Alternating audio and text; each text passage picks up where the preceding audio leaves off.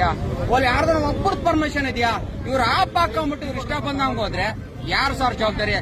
ಆಟೋದವ್ರಿಗೆ uniform, DL, documents, FC, insurance, emotion ಎಲ್ಲಾ ಕೇಳ್ತೀರಾ. ಎಲ್ಲಕ್ಕೂ ನಾವು ತಲೆ ಬಗ್ಗಿಸ್ತೀವಿ. ನಿಮ್ಮನ್ನೆಲ್ಲಾ ನಾವು ಸಹಕರಣಗಳು ಮಾಡ್ಕೊಂಡು ಪ್ಯಾಸೆಂಜರ್ ಸೇವೆ ಸಲ್ಲಿಸ್ತಾ ಇದೀವಿ. ಇವ್ರು ಏನು ಇಲ್ದಂಗ್ ಪರ್ಮಿಷನ್ ಇಲ್ದಂಗ್ ಮಾಡುವ ಪ್ಯಾಸೆಂಜರ್ ಜವಾಬ್ದಾರಿ ಯಾರೋಣೆ? ಲೈಸೆನ್ಸ್ ಎಲ್ಲ ಕೇಳಿ ಸರ್. ಯಾರ್ದೋ DL, ಯಾರ್ದೋ ಲೈಸೆನ್ಸ್, ಯಾರ್ದೋ ಆಪ್. ಸರ್ ಇನ್ನೊಂದು ಗಾಡಿ ಆದ್ರೆ ಹೊಣೆ ಯಾರು ಸರ್? ಎಂಟರ್ ಗಾಡಿ ತೋರಿಸಿದ್ದು ಇದು ಬಂದಿರೋದು ಅದು ವಾಲು ಹೇಳಿ ಸರ್. ನಿಮ್ಮ ಅಭಿಪ್ರಾಯ ಇವಾಗ ಅವ್ರು ಎಲ್ಲಾರು ಪರ್ಮಿಷನ್ ಇಟ್ಕೊಂಡಿದ್ರೆ ಮಾಡಬಹುದು ಅಂತ ಈಗ ಒಂದ್ ನಿಮಿಷ, ಈಗ ನಾವು ಮಾಡಬಹುದು ಅಂತ ಒಂದು ಆಟೋಗೆ RC ಕಾರ್ಡ್ ಅಂತ ಕೊಡ್ತಾರೆ ಸರ್. ಒಂದ್ ನಿಮಿಷ, ಒಂದು ಆಟೋಗೆ RC ಕಾರ್ಡ್ ಅಂತ ಕೊಡ್ತಾರೆ, ಒಂದು DL ಅಂತ ಕೊಡ್ತಾರೆ. ಎರಡು ಮೆನ್ಷನ್ ಇರುತ್ತೆ. ಆಟೋ ಪರ್ಮಿಟ್ ನಂಬರ್ ಇರುತ್ತೆ, TDP ನಂಬರ್ ಇರುತ್ತೆ. ಇವ್ರ TDP ನಂಬರ್ ಇದೆಯಾ? ಇಲ್ಲ. ಓಲಿ ಡಾಕ್ಯುಮೆಂಟ್ಸ್ ಇದೆಯಾ? ಇಲ್ಲ. ಓಲಿ ಎಷ್ಟು ಕಿಲೋಮೀಟರ್ ಪರ್ಮಿಷನ್ ಅಂತ ಲೆಟರ್ ಪ್ಯಾಸೆಂಜರ್ ಹೊಡಿಯಕ್ ಕೊಟ್ಟಾರ? ಪರ್ಮಿಷನ್ ಕೊಟ್ಟಾರ?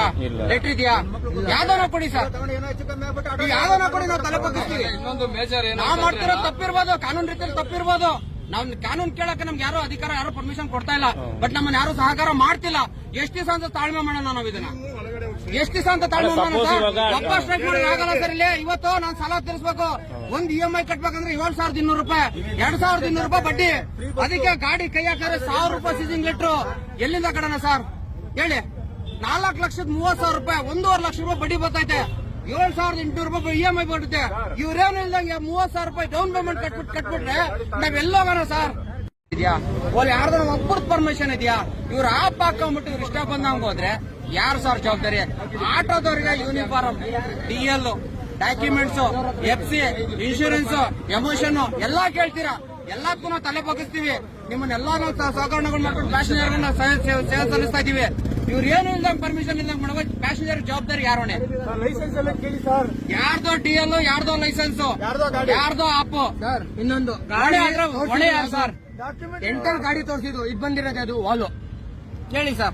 ನಿಮ್ಮ ಅಭಿಪ್ರಾಯ ಇವಾಗ ಅವ್ರು ಎಲ್ಲಾರು ಪರ್ಮಿಷನ್ ಇಟ್ಕೊಂಡಿದ್ರೆ ಮಾಡಬಹುದು ಅಂತ ಈಗ ಒಂದ್ ನಿಮಿಷ, ಈಗ ನಾವು ಮಾಡಬಹುದು ಅಂತ ಒಂದು ಆಟೋಗೆ RC ಕಾರ್ಡ್ ಅಂತ ಕೊಡ್ತಾರೆ ಸರ್. ಒಂದ್ ನಿಮಿಷ, ಒಂದು ಆಟೋಗೆ RC ಕಾರ್ಡ್ ಅಂತ ಕೊಡ್ತಾರೆ, ಒಂದು DL ಅಂತ ಕೊಡ್ತಾರೆ.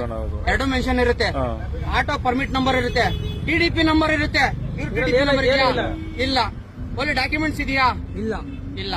ಓಲಿ ಎಷ್ಟು ಕಿಲೋಮೀಟರ್ ಪರ್ಮಿಷನ್ ಅಂತ ಲೆಟರ್ ಪ್ಯಾಸೆಂಜರ್ ಹೊಡಿಯಕ್ ಕೊಟ್ಟಾರ? ಪರ್ಮಿಷನ್ ಕೊಟ್ಟಾರ? ಲೆಟರ್ ಇದೆಯಾ? ಯಾವ್ದಾನ ಕೊಡಿ ಸರ್, ಯಾವ್ದಾನ ಕೊಡಿ, ನಾವು ತಲೆ ಬಗ್ಗಿಸ್ತೀವಿ. ನಾವು ಮಾಡ್ತಿರೋ ತಪ್ಪಿರ್ಬೋದು, ಕಾನೂನು ರೀತಿಯಲ್ಲಿ ತಪ್ಪಿರ್ಬೋದು. ನಾವು ಕಾನೂನು ಕೇಳಕ್ಕೆ ನಮ್ಗೆ ಯಾರು ಅಧಿಕಾರ, ಯಾರು ಪರ್ಮಿಷನ್ ಕೊಡ್ತಾ ಇಲ್ಲ. ಬಟ್ ನಮ್ಮನ್ನ ಯಾರು ಸಹಕಾರ ಮಾಡ್ತಿಲ್ಲ. ಎಷ್ಟು ದಿವಸ ಅಂತ ತಾಳ್ಮೆ ಮಾಡೋಣ ನಾವು ಇದನ್ನ? ಎಷ್ಟು ದಿವಸ ಅಂತ ತಾಳ್ಮೆ ಮಾಡೋಣ ಸರ್? ಒಬ್ಬ ಸ್ಟ್ರೈಕ್ ಮಾಡಿ ಆಗಲ್ಲ ಸರ್. ಇಲ್ಲಿ ಇವತ್ತು ನಾನು ಸಾಲ ತೀರಿಸಬೇಕು. ಒಂದು EMI ಕಟ್ಬೇಕಂದ್ರೆ 7,200 ರೂಪಾಯಿ, 2,200 ರೂಪಾಯಿ ಬಡ್ಡಿ. ಅದಕ್ಕೆ ಗಾಡಿ ಕೈ ಹಾಕಿದ್ರೆ 1,000 ರೂಪಾಯಿ ಸೀಸಿಂಗ್ ಲೆಟ್ರು. ಎಲ್ಲಿಂದ ಕಡಣ ಸರ್ ಹೇಳಿ? 4,30,000 ರೂಪಾಯಿ, 1.5 ಲಕ್ಷ ರೂಪಾಯಿ ಬಡ್ಡಿ ಬರ್ತೈತೆ. 7,800 ರೂಪಾಯಿ EMI ಬರುತ್ತೆ. ಇವ್ರೇನು ಇಲ್ದಂಗೆ 30,000 ರೂಪಾಯಿ ಡೌನ್ ಪೇಮೆಂಟ್ ಕಟ್ಬಿಟ್ರೆ ನಾವೆಲ್ಲೋಗೋಣ ಸರ್?